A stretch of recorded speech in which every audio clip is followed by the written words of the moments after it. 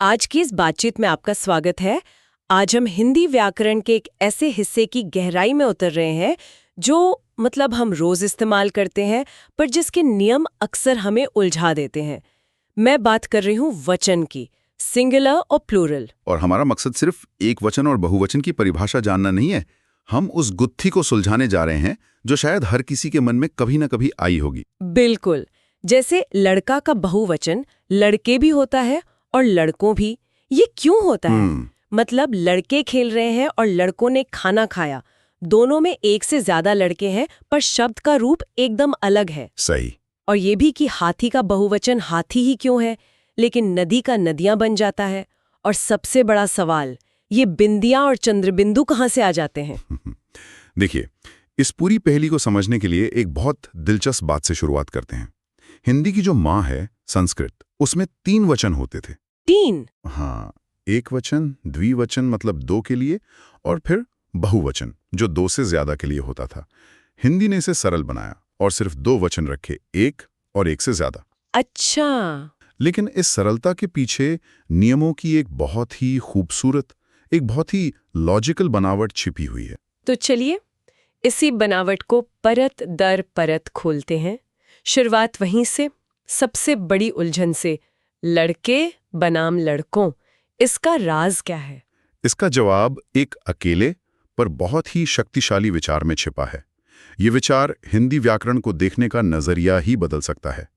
हिंदी में किसी शब्द का बहुवचन रूप वो पत्थर की लकीर नहीं है। मतलब ये इस बात पर निर्भर करता है कि वो शब्द वाक्य में अकेला खड़ा है या अपने किसी साथी के साथ। साथी से आपका क्या मतलब है? साथी यानी वो छोटे शब्द जो संज्ञा के ठीक बाद आते हैं, जैसे ने, को, से, में, पर। व्याकरण की भाषा में इन्हें कारक चिन्ह या विभक्ति कहते हैं। ओह, अच्छा। तो जब संज्ञा इनके बिना आती है, अकेली, तो उसका बहुवचन रूप अलग होता है। इसे कहते हैं निर्विभक्ति रूप। निर यानी बिना, जैसे लड़के दौड़ते हैं। यहाँ लड़के के बाद कोई साथी नहीं है, कोई ने, को, से नहीं है, वो अकेला है। एक मिनट, तो आप ये कह रहे हैं कि लड़का शब्द के 2 अलग अलग बहुवचन हैं, और कौन सा इस्तेमाल होगा ये उसके बाद आने वाले ने या को जैसे शब्द तय करते हैं? बिल्कुल। ये तो मेरे लिए बिल्कुल नई बात है। शब्द की अपनी कोई एक बहुवचन शक्ल है ही नहीं। एकदम सही। और जब संज्ञा अपने किसी साथी के साथ आती है, जैसे लड़कों ने रोटी खाई, तो इसे सविभक्ति रूप कहते हैं। स यानी साथ में। अरे वाह! तो आज हम पहले निर्विभक्ति रूप के नियमों को समझेंगे, यानी जब संज्ञा वाक्य में हीरो की तरह अकेली खड़ी होती है। ठीक है, तो जब शब्द अकेला है तब उसके बहुवचन बनाने के नियम क्या है? यहीं पर वो कारांत वाली बात आती है ना, ये सुनने में थोड़ा तकनीकी लगता है। नहीं, इसे बहुत आसानी से समझ सकते हैं।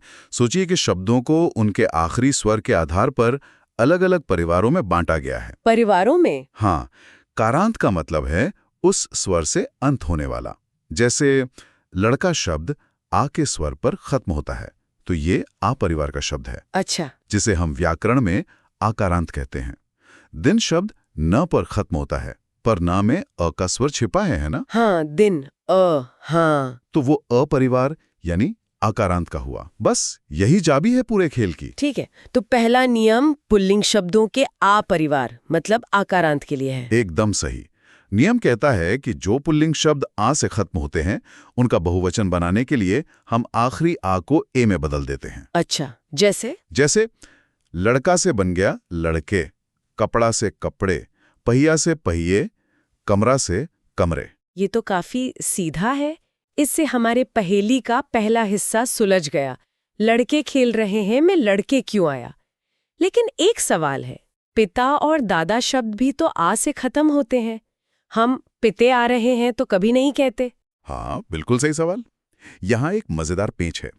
हिंदी भाषा सम्मान का बहुत ध्यान रखती है। इसलिए पिता, दादा, चाचा, मामा जैसे जो सम्मानजनक रिश्ते हैं, वो शब्द इस नियम को नहीं मानते, उनका रूप नहीं बदलता। हम सम्मान देने के लिए वैसे भी उनके साथ बहुवचन वाली क्रिया का इस्तेमाल करते हैं। हम कहते हैं मेरे पिताजी आ रहे हैं, ये नहीं कहते कि मेरा पिता आ रहा है। सही बात है। तो शब्द वही रहता है, बस क्रिया बदल जाती है। जी, शब्द वही, क्रिया बहुवचन वाली लगकर सम्मान दर्शाती है। समझ गई। अब उन पुल्लिंग शब्दों पर आते हैं जो आ परिवार के नहीं है, जैसे दिन, फूल या फिर हाथी। यहाँ नियम और भी ज्यादा सरल है। अच्छा। जो पुल्लिंग शब्द आ के अलावा किसी और स्वर से खत्म होते हैं, जैसे आ, ई, ऊ, वे बहुवचन में बिल्कुल नहीं बदलते। क्या बिल्कुल नहीं? जी हाँ, बिल्कुल नहीं। उनका एक वचन और बहुवचन रूप एक जैसा रहता है। मतलब 1 हाथ और 10 हाथ, 1 साधु और 100 साधु, शब्द वही रहेगा। जी हाँ, दिन का दिन, फूल का फूल, हाथ का हाथ, हाथी का हाथी, गुरु का गुरु। ये तो बड़ा अजीब है। इनका वचन हमें वाक्य की क्रिया से पता चलता है। जैसे बाग में फूल खिला है, मतलब एक वचन। और बाग में फूल खिले हैं, मतलब बहुवचन। बिल्कुल, शब्द फूल वही का वही रहा। मतलब अगर मैं कहूँ जंगल में 1 हाथी दिखा और जंगल में 10 हाथी दिखे, तो सुनने वाले को क्रिया पर ध्यान देना होगा, शब्द पर नहीं। एकदम सही। भाषा यहाँ कितनी सूक्ष्म हो जाती है। पुल्लिंग के नियम यहीं खत्म। मुख्य बदलाव सिर्फ आ परिवार में होता है। और असली खेल, असली जटिलता, बिंदियों और चंद्र बिंदुओं का खेल, वो स्त्रीलिंग संज्ञाओं के साथ शुरू होता है। हाँ, यहीं पर असल गड़बड़ होती है। ठीक है, रातें और माताएं तो समझ आता है, लेकिन मेरी असली उलझन तो नदी जैसे शब्दों से शुरू होती है। इसका बहुवचन नदियां क्यों हो जाता है और स्पेलिंग भी बदल जाती है? चलिए, इस रहस्य को भी सुलझाते हैं। स्त्रीलिंग शब्दों में हम अंत का स्वर बदलते नहीं हैं, बल्कि कुछ जोड़ते हैं। तो नियम 1, जो स्त्रीलिंग शब्द अ या आ से खत्म होते हैं, अगर शब्द अ परिवार का है, जैसे रात, बात, पुस्तक, हाँ, तो हम उसके अंत में ए जोड़ते हैं, बिंदी के साथ। रात से रातें, बात से बातें, पुस्तक से पुस्तकें। और अगर आ परिवार का हो, जैसे माता या शाखा, तो हम अंत में ए जोड़ते हैं, लेकिन चंद्र बिंदु के साथ। माता से माताएं, शाखा से शाखाएं, अध्यापिका से अध्यापिकाएं। 1 मिनट, यहाँ एक में बिंदी है और दूसरे में चंद्र बिंदु। क्या इनके उच्चारण में भी कोई फर्क है या ये सिर्फ लिखने का नियम है? बहुत अच्छा सवाल है। उच्चारण में बहुत हल्का सा फर्क है।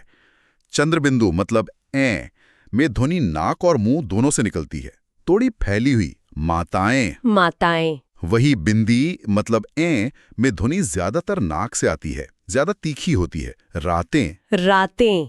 हालांकि एक और तकनीकी बात है, जब मात्रा शिरोरेखा यानी शब्द के ऊपर वाली लाइन के ऊपर लगती है, जैसे ए की मात्रा, तो सुविधा के लिए चंद्रबिंदु की जगह सिर्फ बिंदी लगा देते हैं। अरे, तो रातें में असल में चंद्रबिंदु ही छिपा है? एक तरह से, हाँ। वाह, ये तो बहुत गहरी बात है। अब आते हैं उस नियम पर जिसका मुझे इंतजार था।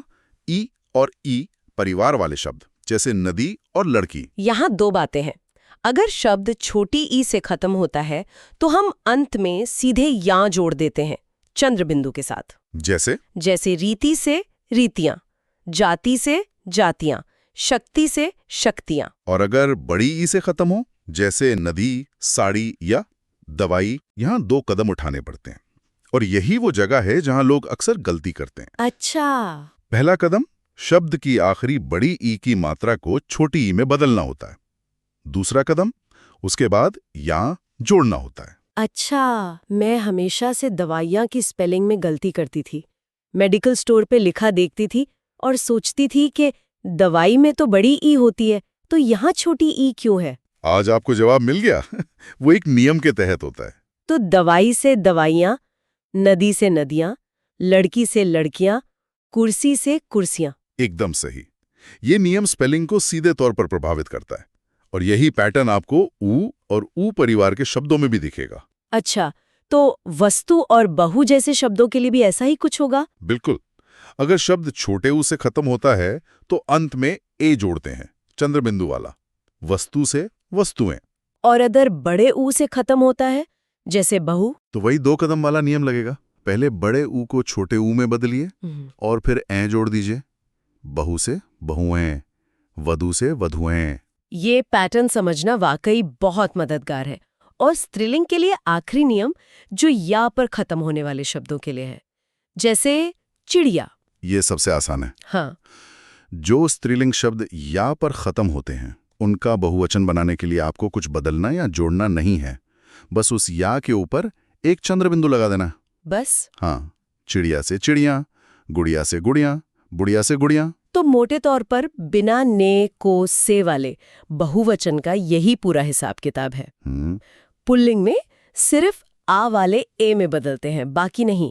और स्त्रीलिंग में ए या या जुड़ता है, मात्राएं बदलती हैं और बिंदियों का खेल होता है। बिल्कुल। हमने लड़के खेल रहे हैं वाला हिस्सा तो समझ लिया, पर अब भी वो सवाल अधूरा है, लड़कों ने खाना खाया में लड़कों कहाँ से आया? बिल्कुल।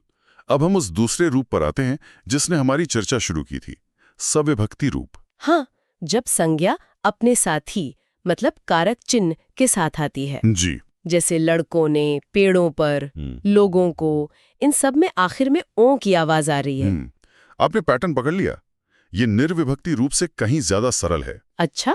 जब भी किसी संज्ञा के तुरंत बाद ने, को, से, में, पर, का, के, की जैसा कोई कारक चिन्ह आता है तो उसका बहुवचन बनाने का नियम लगभग एक ही है। और वो क्या है? शब्द के अंत में ओ या यो जोड़ दो। बस इतना ही? कोई अलग अलग परिवारों का चक्कर नहीं? ज्यादातर मामलों में नहीं। ये एक तरह का यूनिवर्सल नियम है।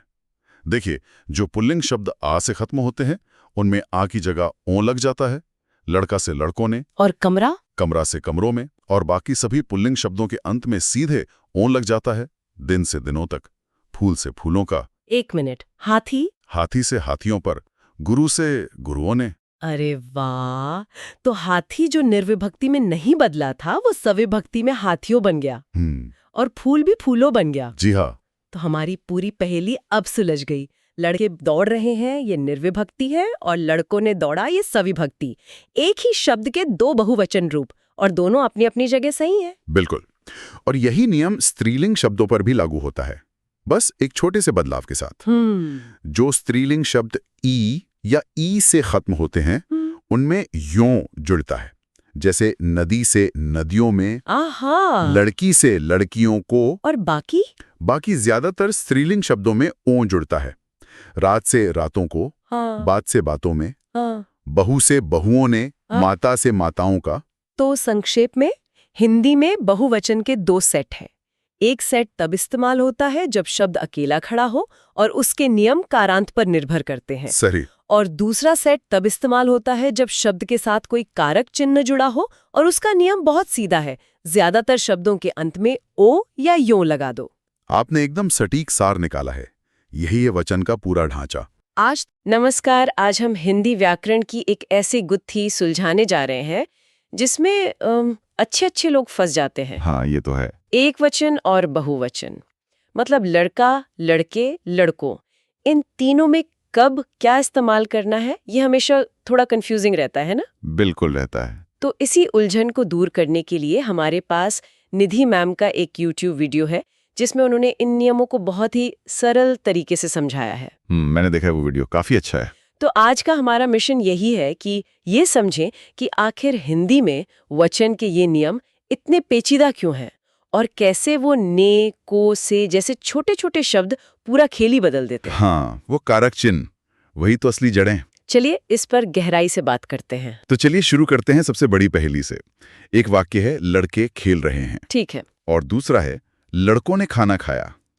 अब यहाँ लड़के भी बहुवचन हैं और लड़कों भी। ये कैसे काम करता है? देखिए, इसको समझने के लिए ना दो शब्दों को पकड़ना होगा, निर्विभक्ति और सविभक्ति। सुनने में थोड़े भारी लग रहे हैं ये शब्द। हाँ, लगते हैं, पर मतलब बहुत सीधा है।